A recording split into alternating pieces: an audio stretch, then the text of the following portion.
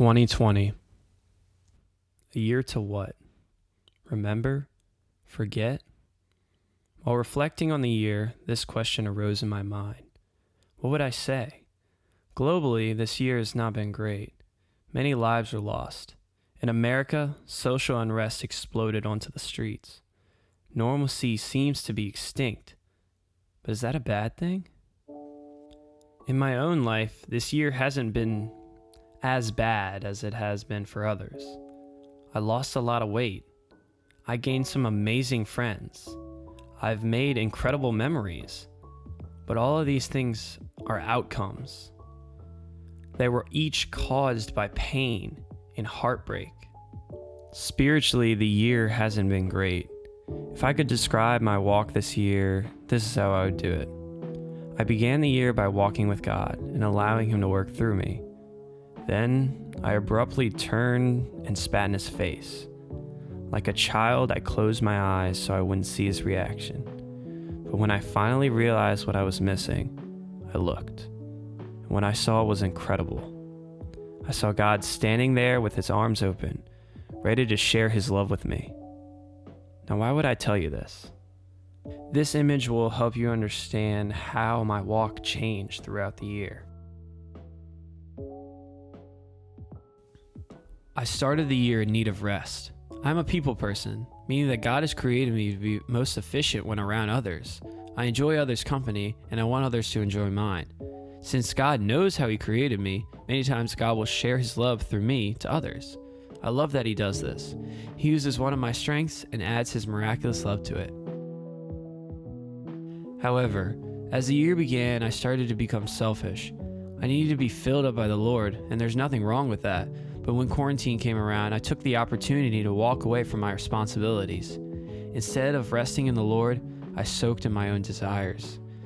This is where the spitting in the face comes in. Throughout quarantine, I remained partially detached from God. I didn't walk away from the faith, but I wasn't allowing God to work through me. I stopped reading, I stopped praying, and I stopped praising. I was struggling with sin and refusing to fight it, allowing it to invade my life. I would complain and cry out, but it's hard to see the answers with your eyes closed. God was helping me, but I couldn't see it. So I struggled and started to feel hopeless.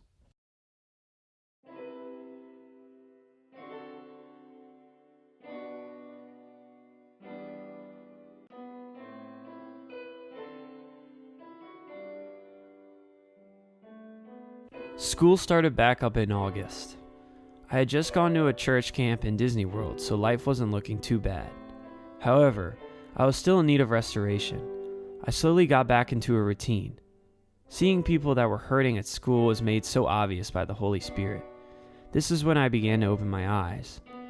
Seeing the people that need the love of Christ always reminds me of my purpose. I started reading the Bible again, and God used it to speak to me. The Bible is God's handiwork, so it doesn't surprise me that God communicates through it. I steadily started growing closer with God, and finally, the road to restoration began.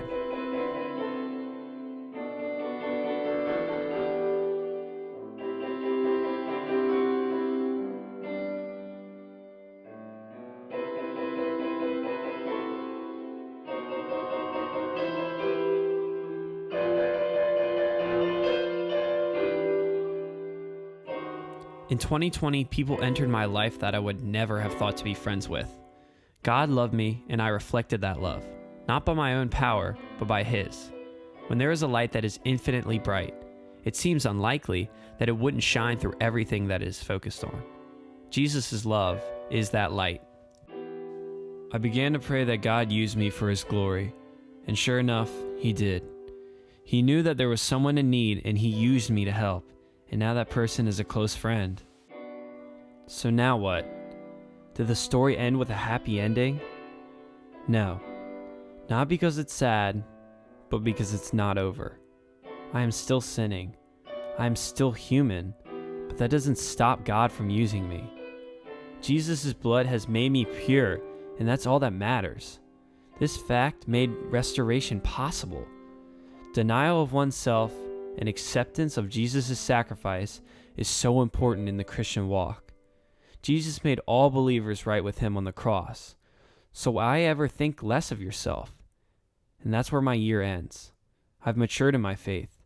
God has shown me his truth, and this time I opened my eyes to see it. That's what made this year different. Restoration can't happen unless God is willing, which he always is because he loves us. And if I am willing, if you are willing. I didn't drown in the darkness of the world, but like Lecrae said, I chose to let the love of God drown me.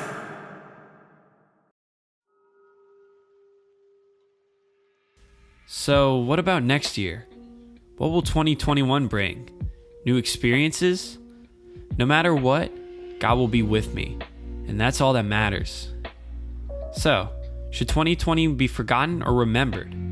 For me, this year has been important. You can't finish being restored if you don't start somewhere. For the first time ever, God is at the front of my mind when starting the new year. That's why 2020 should be remembered. As an end, and more importantly, a new beginning.